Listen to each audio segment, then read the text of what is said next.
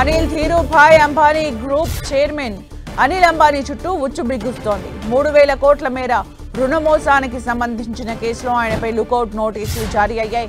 విచారణ సమయంలో దేశం విడిచిపోకుండా ఉండేందుకు ఈడీ విజ్ఞప్తి మేరకు ఈ సర్క్యులర్ జారీ అయ్యింది. మరో 17,000 కోట్ల మేర రుణ మోసాలకు సంబంధించిన కేసులో ఈడీ నోటీసులు జారీ చేసింది. ఈ నెల 17న విచారణకు హాజరు కావాలని అనిల్ అంబానీకి ఈడీ సమన్లు జారీ చేసింది. మనీ లాండరింగ్ నిరోధక చట్టం కింద ఆయన స్టేట్మెంట్ రికార్డు చేయనున్నట్టు తెలుస్తోంది. గత వారమే అనిల్ అంబానీకి చెందిన పలు కార్యాలయాల్లో ఈడీ సోదాలు నిర్వహించింది. ఈ సోదాల్లో పలు కీలక దస్త్రాలు దర్యాప్తు అధికారులు స్వాధీనం చేసుకున్నారు. ఆ డాక్యుమెంట్ల ఆధారంగానే ఈడీ సమన్లు, లుకౌట్ నోటీసులు జారీ అయ్యాయి. 2017-19 మధ్య అనిల్ అంబానీ గ్రూప్ కంపెనీలకు యెస్ బ్యాంక్ ఇచ్చిన 3,000 కోట్ల రుణాలు చట్ట వ్యతిరేక పద్ధతుల్లో దారి మళ్లాయన్న ఆరోపణలు వచ్చాయి. ఆ బ్యాంక్ మాజీ ప్రమోటర్లకు లంచం ఇచ్చారన్న అభియోగాలు ఉన్నాయి.